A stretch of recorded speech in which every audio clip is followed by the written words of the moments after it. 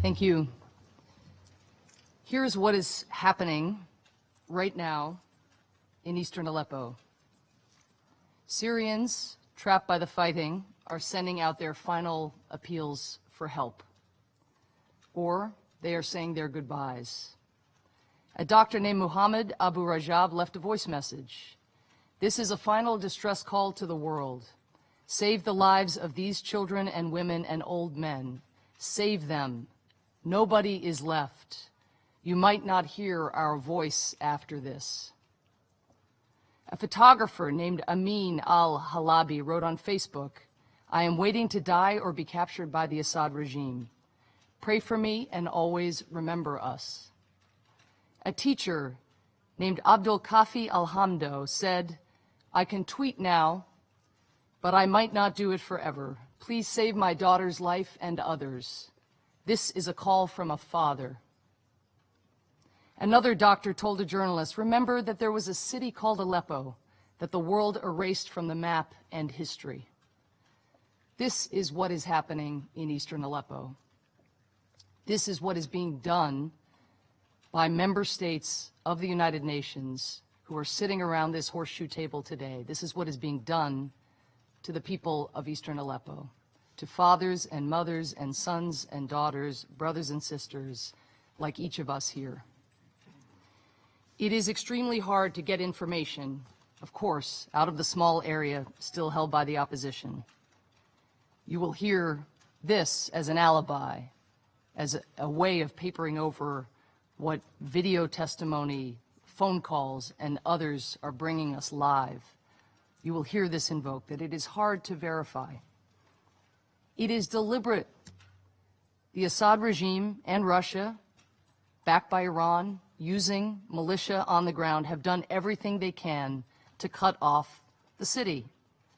So you will hear, well, we don't really know, maybe it's made up, but they are hiding what is happening from the world. It would be easy for independent investigators to get in, along with food, health workers, and others. But instead, the perpetrators are hiding their brutal assault from the world willfully. But consider the accounts that have made it out, so many of them. First responders describing children's voices from beneath the rubble of collapsed buildings. There are no first responders or equipment left to dig them out, and no doctors left to treat them. Bodies lying in the streets of eastern Aleppo, but no one dares collect them for fear of getting bombed or shot to death in the process.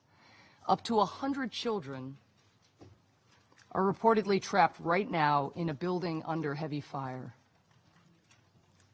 Terrorists, clearly. Young children, they must be terrorists. Because everybody being executed, everybody being barrel bombed, everybody who's been chlorine attacked, you're going to be told they're all terrorists. Every last one of them, even the infants. The regime of Bashar al-Assad, Russia, Iran, and their affiliated militia are the ones responsible for what the UN called a complete meltdown of humanity. And they are showing no mercy. No mercy despite their territorial conquest. Even now, no mercy. In the last 24 hours alone, pro-Assad forces reportedly killed at least 82 civilians, including 11 women and 13 children. These forces are reportedly entering homes and executing civilians on the spot, as we have heard.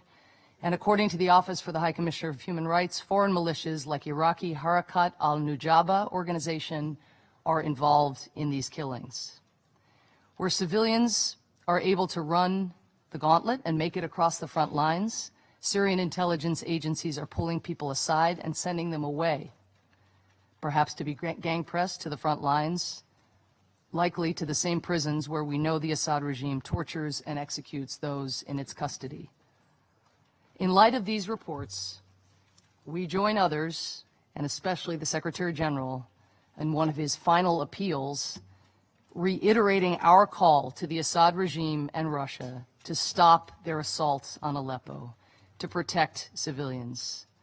We call on Russia and Assad to allow impartial international observers into the city to oversee the safe evacuation of the people who wish to leave, but who justifiably fear that if they try, they will be shot in the street or carted off to one of Assad's gulags. The Assad regime and Russia appear dead set on seizing every last square inch of Aleppo by force, no matter how many innocent bodies pile up in their wake. But we keep insisting on answering the UN call for access, for safe and orderly evacuation, because we are not willing to accept that innocent men, women, and children can be butchered simply because they happen to live in a conflict area. Our shared humanity and security demands that certain rules of war hold, the most basic, and it is up to each and every one of us here to defend those rules. To the Assad regime, Russia, and Iran, 3 member states behind the conquest of and carnage in Aleppo, you bear responsibility for these atrocities. By rejecting UN, ICRC evacuation efforts, you are signaling to those militia who are massacring innocents to keep doing what they are doing. Denying or obfuscating the facts, as you will do today, saying up is down, black is white, will not absolve you. When one day there is a full accounting of the horrors committed in this assault of Aleppo, and that day will come sooner or later, you will not be able to say you did not know what was happening. You will not be able to say you were not involved. We all know what was happening, and we all know you were involved. Aleppo will join the ranks of those events in world history that define modern evil, that stain our conscience decades later.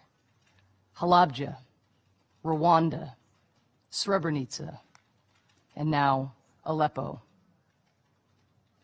To the Assad regime, Russia, and Iran, your forces and proxies are carrying out these crimes. Your barrel bombs and mortars and airstrikes have allowed the militia in Aleppo to encircle tens of thousands of civilians in your ever-tightening noose. It is your noose. 3 member states of the UN contributing to a noose around civilians. It should shame you. Instead, by all appearances, it is emboldening you. You are plotting your next assault. Are you truly incapable of shame? Is there literally nothing that can shame you? Is there no act of barbarism against civilians, no execution of a child that gets under your skin, that just creeps you out a little bit? Is there nothing you will not lie about or justify? To the members of this Council and all member states of the United Nations, know that the ghastly tactics we are witnessing in Aleppo will not stop if the city falls. The regime and its Russian allies will only be emboldened to replicate their starve and surrender and slaughter tactics elsewhere. This will be their model for attempting to retake cities and towns across Syria. It will not end with Aleppo, and it will not focus on terrorists. It never has, and there is no evidence that it will. This is why it is so essential that each of us right here, no matter how small a country you are, no matter what your view of sovereignty, if you share our view that terrorism is one of the singular causes on earth worth fighting, it doesn't matter. You have a responsibility to denounce these atrocities. We have just heard the Secretary General state it plainly. You have to tell those responsible that they must stop. This isn't the time for more equivocation, for self-censoring, for avoiding naming names, for diplomatic niceties of the kind that are so well practiced here on the Council. Say who is responsible. Appeal to Moscow, to Damascus, to Tehran, that they have to stop.